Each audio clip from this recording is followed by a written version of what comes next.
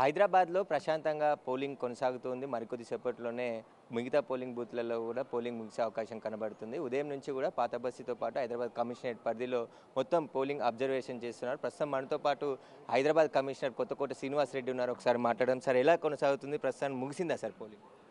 Polling ముగిసింది 6 o'clockకి. ఇంకా మనం అన్ని పోలింగ్ స్టేషన్స్ యొక్క గేట్స్ అవన్నీ ప్రిసైడింగ్ ఆఫీసర్స్ వాళ్ళు మూసేస్తారు మా పోలీస్ సిబ్బందితో కలిసి. బట్ అప్పటి వరకు 6 వరకు వచ్చి పోలింగ్ లైన్లో క్యూస్లో నిలబడిన ఓటర్స్కి వాళ్ళు ఓటింగ్ కంప్లీట్ అయ్యేంత వరకు ఆఫ్కోర్స్ వాళ్ళ ఐడెంటిటీ కార్డ్స్ చూసేవన్నీ పోలింగ్ నడుస్తుంది. కానీ కొత్త ఓటర్స్ ఎవరు రారు, ఇక అన్నీ బంద్ అయిపోయినాయి, గేట్స్ బంద్. ఆ తర్వాత ఇంకా పోలింగ్ స్టాఫ్ అవన్నీ వాళ్ళు ప్యాకింగ్ అవన్నీ చేసుకొని దాన్ని మీకు తెలుసు స్ట్రాంగ్ రూమ్స్కి వచ్చేస్తారు. సో ఇవాళ పొద్దున్న నుంచి చూస్తే పోలింగ్ ప్రశాంతంగా జరిగింది. ఎక్కడ ఎటువంటి హింసాత్మక సంఘటనలు అనేది అసలు జరగలేదు. ఎటువంటి ఈవెన్ చిన్న గొడవలు కూడా కాలేదు. కొన్ని 1-2 వైలేషన్స్ అనేది దాని మీద మనము చట్టపరమైన చర్యలు కూడా తీసుకున్నాము. అయితే పర్సంటేజ్ కూడా చూస్తే బహుశా అసెంబ్లీ మీద పోలిస్తే కొంచెము పెరిగినట్టే అనిపిస్తుంది. కానీ తుది వివరాలు ఇంకా రావాలి. అది డిఈఓ దగ్గర నుంచి సిఓ దగ్గర నుంచి వస్తాయి. మేము ఈ పర్సంటేజ్ గురించి పట్టించుకోలేదు. పోలీస్ మా శాఖకు మేము ఏమి ఇచ్చామంటే బందోబస్తు పటిష్టంగా చేయండి, పర్సంటేజ్ గురించి మనం మాట్లాడుతుంటే దాని గురించి మనం ప్రీ ఆక్యుపైడ్ ఉంటే మధ్యలో మరి వేరే అవాంఛనీయ సంఘటనలు జరుగుతాయి. కాబట్టి పర్సంటేజ్ గురించి పట్టించుకోవద్దని చెప్పాము.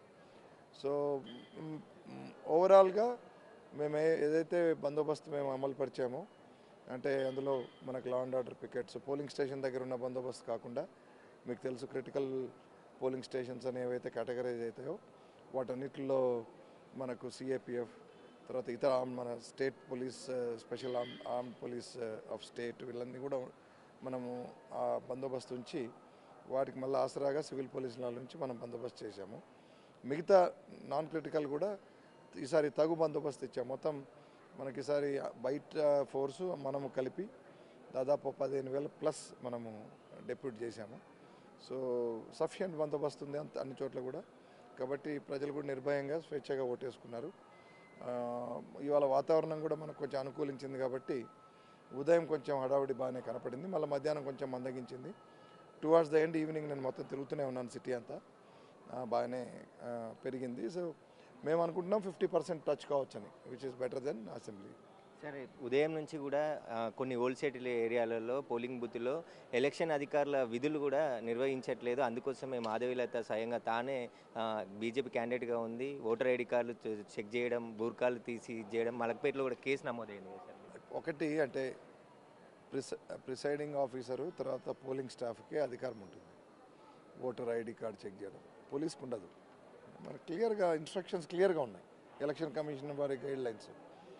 ప్రిసైడింగ్ ఆఫీసర్స్ కూడా వాళ్ళు టైం తీసుకొని చేస్తారు. ముఖ్యంగా లేడీస్ మరి బుర్కాలు వస్తే కొంత నిదానంగా చేస్తారు, వాళ్ళని అలో చేయాలి.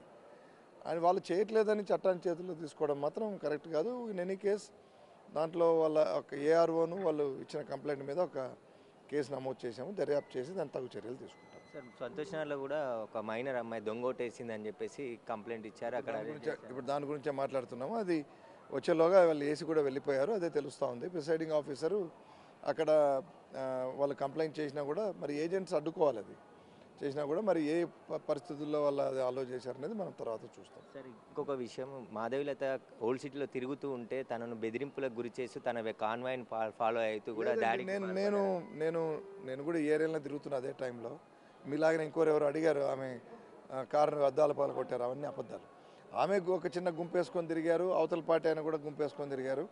వాళ్ళిద్దరు క్రాస్ కాకుండా ప్లస్ గుంపు ఎక్కడైతే ఉందో పోలింగ్ స్టేషన్ దగ్గరకు వచ్చినప్పుడు వాళ్ళని అక్కడ ఏదైతే రూల్స్ ఉన్నాయో దాని ప్రకారం ఆమెను అలో చేయండి అని చెప్పడం జరిగింది. అట్లాగే even the other candidate also. ఎక్కడ ఎటువంటి అంటే ఉంటాయి, తిరుగుతారు, కొంచెం టెన్షన్స్ ఉంటాయి. కానీ వీళ్ళు అవ్వడము అంటే అక్కడ ఏదో ముద్దుబేడ అవ్వడం లేకపోతే కొట్టుకోవడం ఇలాంటి పరిస్థితులు ఘర్షణ పరిస్థితులు ఏం లేదు. సార్, మలక్పేటలో ఒకటే కేసా సార్? మరో పోలీస్ స్టేషన్లో కూడా కేసు నమోదైంది. అది కాకుండా ఏమైందంటే ఒక చోట ఈ సౌత్ వెస్ట్ జోన్లో మంగళహాట్ పిఎస్ ఏరియాలో ఈ డమ్మీ ఈవీఎంస్ పెట్టి ఒక గుర్తు బీజేపీ గుర్తుతో క్యాండిడేట్కి ఓటేయాలన్నట్టుగా ఓటర్స్ చెప్తా ఉన్నారు. అది నిషిద్ధం. Campaigning on the polling day నిషిద్ధం, మీకు తెలుసు. అవి మేము సీజ్ చేసి వాళ్ళని ఎవరైతే పని చేస్తున్నారో వాళ్ళు తీసుకొని పోలీస్ స్టేషన్కి వచ్చినప్పుడు ఐ థింక్ క్యాండిడేట్ వారు వచ్చి అది ఈవీఎం మళ్ళీ తీసుకొని పోవడం జరిగింది. అది పోలీస్ స్టేషన్లో సీజ్డ్ సామాగ్రిని తీసుకెళ్ళి అది స్నాచింగ్ కిందికి వస్తుంది కాబట్టి దాని మీద కూడా ఒక కేసు పెట్టాము. అది కూడా ఇన్వెస్టిగేషన్ నడుస్తుంది. ఇంకా వేరే ఏమైనా కేసులు అయ్యాయా సార్ మొత్తం ఈ రోజు? ఒకటి నాకు తెలిసినంత వరకు అయితే ఇంకొకటి ఎంఐఎం వాళ్ళు ఏదైతే ఈ పొలిటికల్ పార్టీస్ ఈ ఓటర్ స్లిప్స్ బూత్ పెట్టుకుంటారు కదా, అక్కడ క్యాంపెయినింగ్ చేయరాదు. వాళ్ళు క్యాంపెయిన్ చేస్తూ క్యాంపెయినింగ్ మెటీరియల్తో దొరికారు, వాళ్ళ మీద ఒక కేసు అయింది. అట్లాగే జూబ్లీ హిల్స్ ఏరియాలో ఒక ఆయన అంటే అక్కడ ప్రస్తుత ఎమ్మెల్యే పిఏ అతను ఇండిపెండెంట్ క్యాండిడేట్ యొక్క ఏజెంట్ అని చెప్పుకుంటూ ప్రతి పోలీస్ స్టేషన్లో తిరిగి కొంత అంటే కోడ్ ఉల్లంఘించాడు. సో అతని మీద కూడా ఒక కేసు అయింది. ఇంకేమైనా ఒకటి రెండు ఉంటే తర్వాత తెలుస్తుంది. నాకు ఇప్పుడు తెలిసి కొంచెం మేజర్ ఇవే. స్ట్రాంగ్ రూమ్ల వద్ద భద్రత ఏ విధంగా ఉంటుంది సార్? జూన్ 4 3 అంచెల భద్రత ఉంటుంది, మీకు చెప్పాము ఇదివరకు కూడా.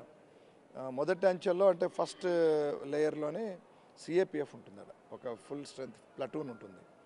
రెండో లేయర్లో మా స్టేట్ ఆర్మ్డ్ పోలీస్ ఉంటుంది. మూడో లేయర్లో లోకల్ ఎస్హెచ్ఓ అతని ఫోర్స్తో రెగ్యులర్గా అక్కడ పెట్రోలింగ్ చేస్తూ వీళ్ళకి సపోర్ట్ ఇస్తాడు. సో 3 అంచెల భద్రత అంతా ఆల్రెడీ ఇన్ ప్లేస్. ఇప్పుడు స్ట్రాంగ్ రూమ్ వెళ్ళేసరికి అవన్నీ కూడా ఆల్రెడీ సిఏపిఎఫ్ వచ్చి అక్కడ ఉన్నారు. అట్లాగే మా ఆర్మ్డ్ పోలీస్ కూడా స్టేట్ ఆర్మ్డ్ పోలీస్ టీఎస్ఎస్పి ఉన్నారు. అండ్ లేకపోతే సిఆర్ కానీ.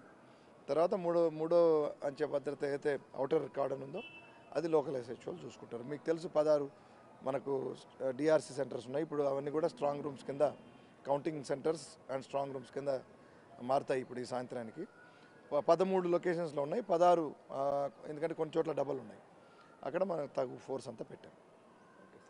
అయితే ప్రశాంతంగా హైదరాబాద్లో పోలింగ్ ముగిసిందని చెప్పేసి కూడా హైదరాబాద్ కమిషనర్ కొత్తకోటి శ్రీనివాస్ రెడ్డి చెప్తున్నారు. ఇప్పుడు క్యూ లైన్లో ఉన్న వారిని అంతా కూడా పోలింగ్ ముగిసిన తర్వాత ఈవీఎంలు అన్నిటిని కూడా స్ట్రాంగ్ రూమ్కి తరలించేందుకు భద్రతా చర్యలు కూడా ఏర్పాటు చేయడం జరిగింది. ఇక స్ట్రాంగ్ రూమ్ల వద్ద కూడా 3 అంచెల భద్రత కొనసాగుతుందని చెప్పేసి కూడా చెప్తున్నారు.